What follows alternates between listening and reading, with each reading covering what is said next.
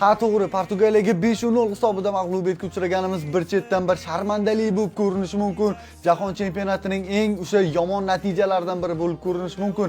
Lekin milliy terma jamoamizni yomon ko'rishdan oldin, ularga bo'lgan nafratimizni sochishdan oldin afsonaviy jurnalist, sharhlovchi Mirzahakim To'xtamirzayevni mana bu gaplarni bir eshitishingizni xohlayman. Shu kunni orzu qilib kutdi.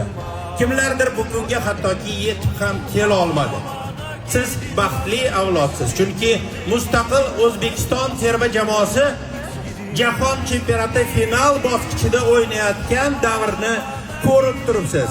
Mana shu kunni biz chinakamiga orzu qilardik. Darvoqe do'stlar, bu inson haq. Biz o'zbek futbol muxlislari tarixidagi eng baxtli avlodmiz. Bunga hech qanday shak shubha yo'q. Sababi milliy terma jamoamiz futbol tarixidagi eng katta turnir bo'lmish mundialga chiqdi. Bu turnirga kimlar ko'z yoshlari to'kib erisha olmagan. Bu turnirga kimlar yillar davomida umrini sarflab yeta olmagan. Ammo biz buni eng go'zal suratda, eng qulay fursatda tomosha qildik. Eslang, milliy terma jamoamiz Birlashgan Arab Amirliklarida Jahon chempionatining yo'llanmasini qo'lga kiritganda qanchalar xursand bo'lgandik. Futbolchilarimiz bilan birga yig'ladik. Futbolchilarimiz bilan ulardan kam bo'lmagan holda ushbu bayramni nishonladik. Va aslida o'sha paytda bu mundialga chiqishning o'zi bayramligini, bu mundialda maydonga tushishning o'zi katta bir sharafligini ko'rsatib bergandik bu quvonchlarimiz bilan.